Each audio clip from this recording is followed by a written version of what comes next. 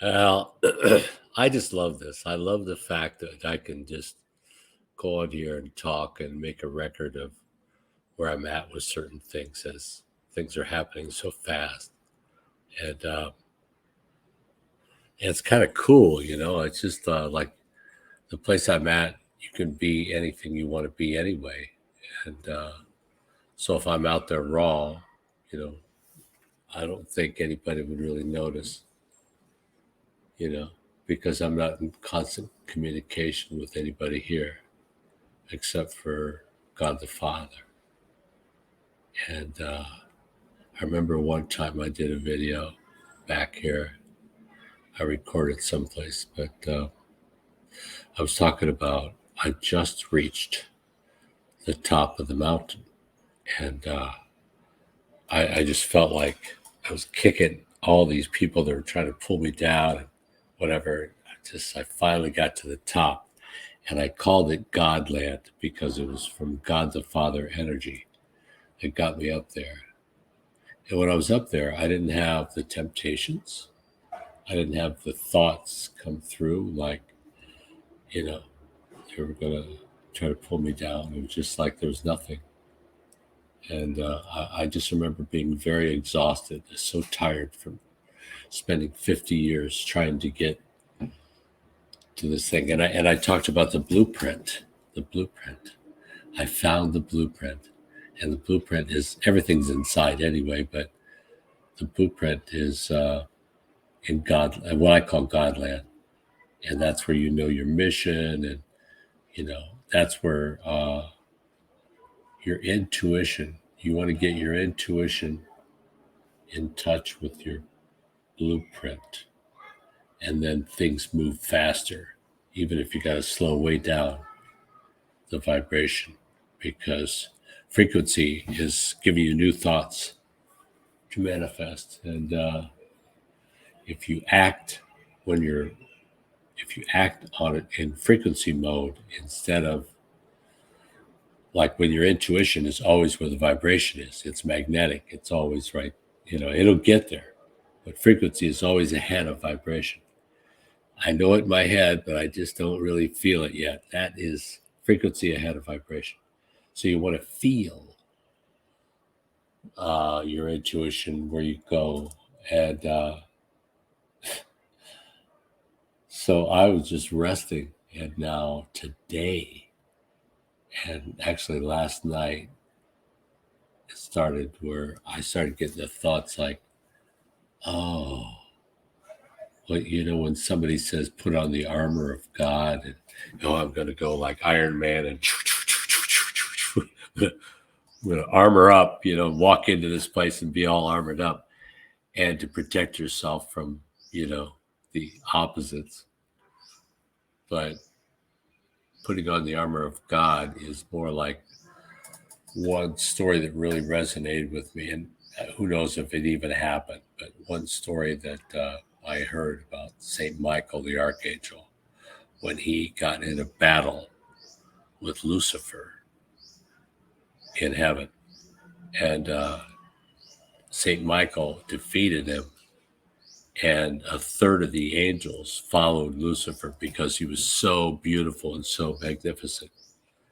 And this is the key, the way that Michael defeated Lucifer was he looked at him and he just allowed God the Father to come through him and look at Lucifer right in the eyes.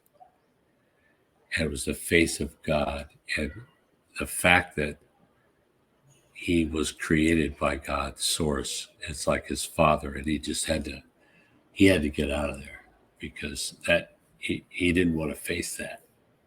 Because if anybody would really look into the eyes of the Father, and I think the Father, the one thing that I've noticed that you have to break through of is a relationship with your own father, whoever that may be, wherever they may be, alive or dead. Mine died when I was 10, and I'm just starting to get to know him now. He's a beautiful guy. But you start to look at intentions, and what things were at the time and what was, acceptable.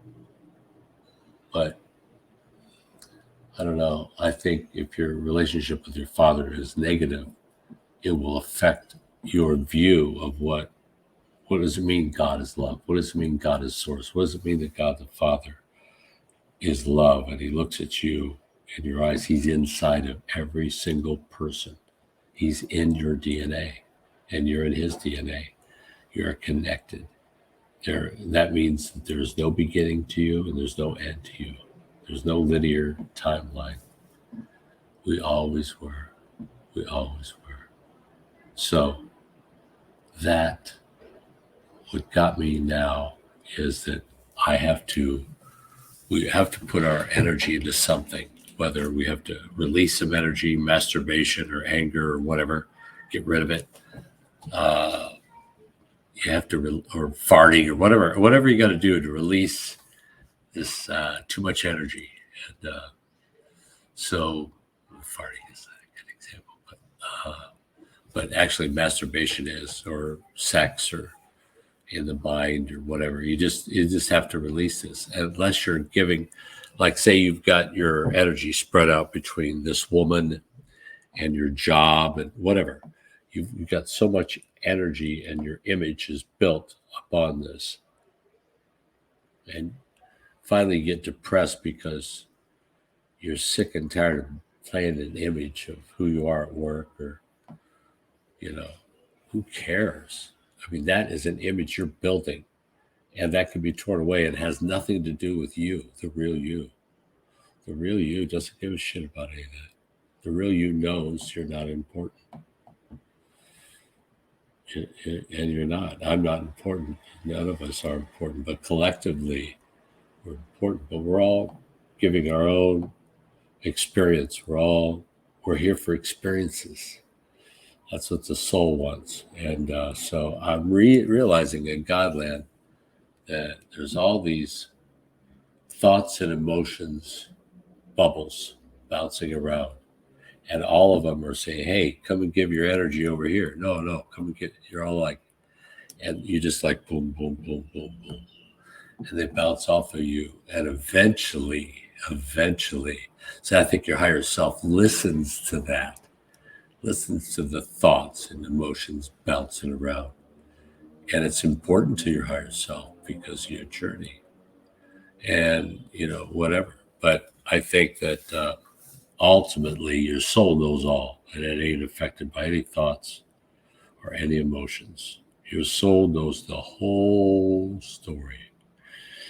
And eventually you start doing that enough and bouncing those off, you say, oh, time for me to jump in. When your soul jumps in, I think that's when I'll change the most.